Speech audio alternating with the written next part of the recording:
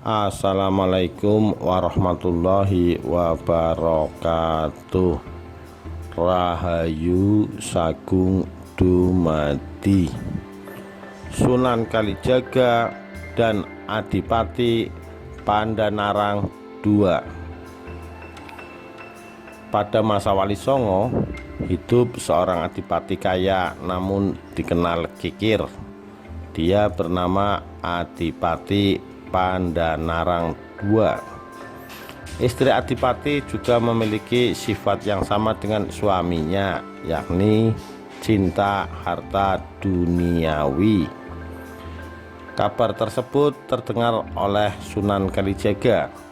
Namun Sunan Kalijaga merasa bahwa dalam diri Adipati Pandanarang II masih ada sisi baiknya. Maka beliau pun bertekad untuk menyadarkan Adipati Pandanarang II. Untuk mewujudkan misinya itu, Sunan Kalijaga menyamar sebagai tukang rumput. Beliau pun membawa rumput bagus dan segar.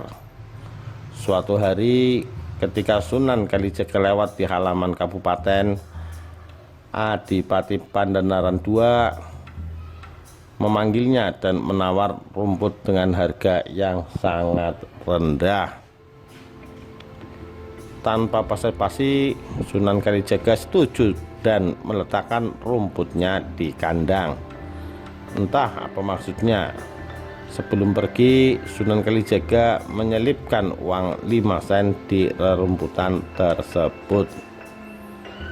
Uang tersebut ditemukan oleh abdi dalem Pandanarang II dan diberitahukan pada Adipati Pandanarang II. Kejadian ini terus berulang. Adipati Pandanarang II pun heran. Suatu saat Adipati Pandanarang II bertemu penjual rumput itu dan menanyakan asal-usulnya. Dia juga menanyakan mengapa si tukang rumput itu seolah-olah tak butuh uang. Tukang rumput itu lalu menjawab bahwa dia bisa mendapatkan emas dengan sekali mencangkul. Mendengar jawaban tersebut, sang Adipati marah. Dia menyuruh abdi dalem memberikan cangkul kepada tukang rumput tersebut. Tukang rumput itu lalu mencangkul. Ajaib!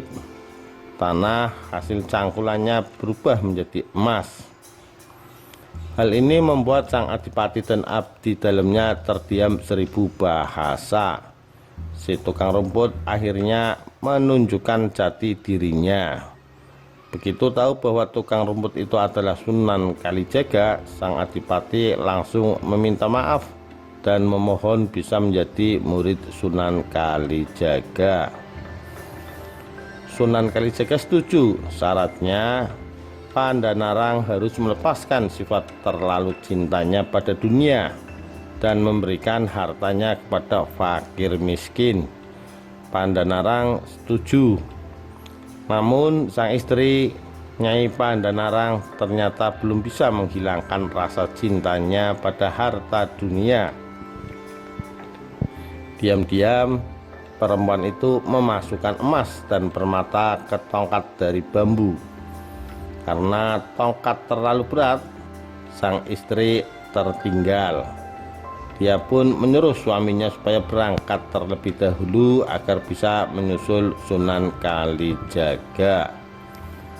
Pandanarang dan Sunan Kalijaga akhirnya menempuh perjalanan bersama. Di perjalanan mereka dihadang 3 perampok. Dengan tenang, Sunan Kalijaga mengatakan, "Kalau kalian menginginkan barang berharga, tunggulah di sini. Nanti akan lewat wanita tua.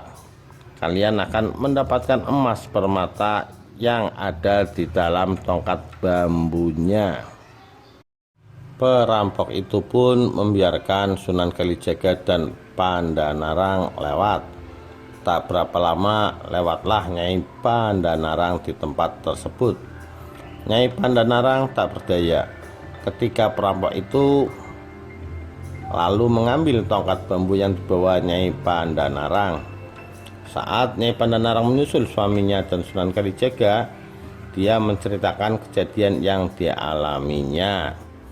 Mendengar hal itu, Sunan Kalijaga mengatakan, "Untuk berguru kepadaku, kalian harus bisa meninggalkan harta duniawi.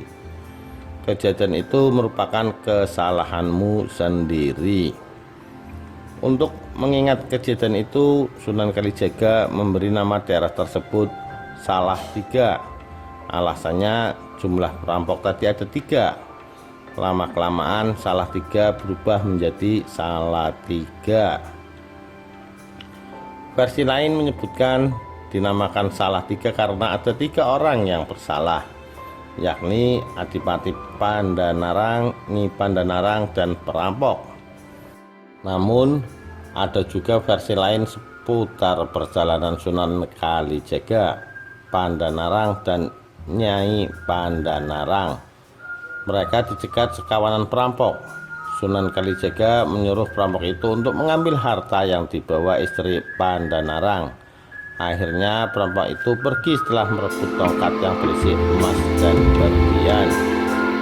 Setelah perampok itu pergi, Sunan Kalijaga berkata, "Aku akan menamakan tempat ini Salatiga karena kalian telah membuat 3 kesalahan.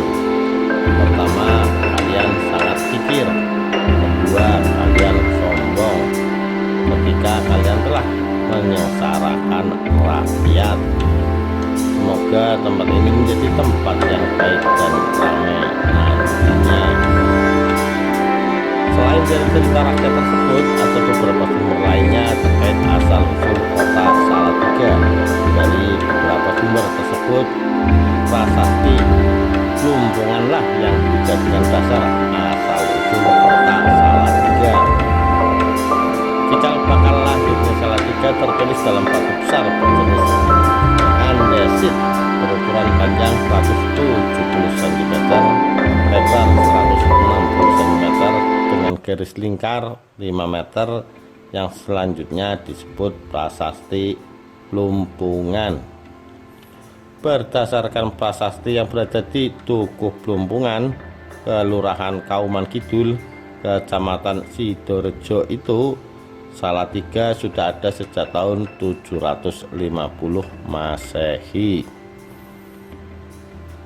Berdasar prasasti di Tugu Plumpungan, Desa Kauman Kidul, Kecamatan Sidorejo, maka Salatiga sudah ada sejak tahun 750 Masehi. Waktu itu Salatiga merupakan perdikan.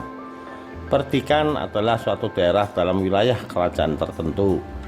Daerah ini dibebaskan dari segala kewajiban pajak atau upeti karena memiliki kekhususan tertentu. Daerah tersebut harus digunakan sesuai dengan kekhususan yang dimiliki. Wilayah perdikan diberikan oleh Raja Banu, meliputi Salatiga dan sekitarnya. Menurut sejarahnya, dalam prasasti Plumpungan berisi ketetapan hukum, yaitu suatu ketetapan status tanah perdikan atau swantantra bagi desa Hambra. Pada zamannya, penetapan ketentuan prasasti Plumpungan ini merupakan peristiwa yang sangat penting, khususnya bagi masyarakat di daerah Hambra. Penetapan prasasti merupakan titik tolak berdirinya daerah Hambra secara resmi sebagai daerah perdikan atau swantantra. Desa Hambra, tempat prasasti itu berada, kini masuk wilayah administrasi kota Salatiga. Dengan demikian, daerah Hambra yang diberi status sebagai daerah perdikan yang bebas pajak pada zaman pembuatan prasasti itu adalah daerah Salatiga sekarang ini. Konon, para pakar telah memastikan bahwa penulisan prasasti Plumpungan dilakukan oleh seorang citralekha atau penulis disertai para pendeta atau resi.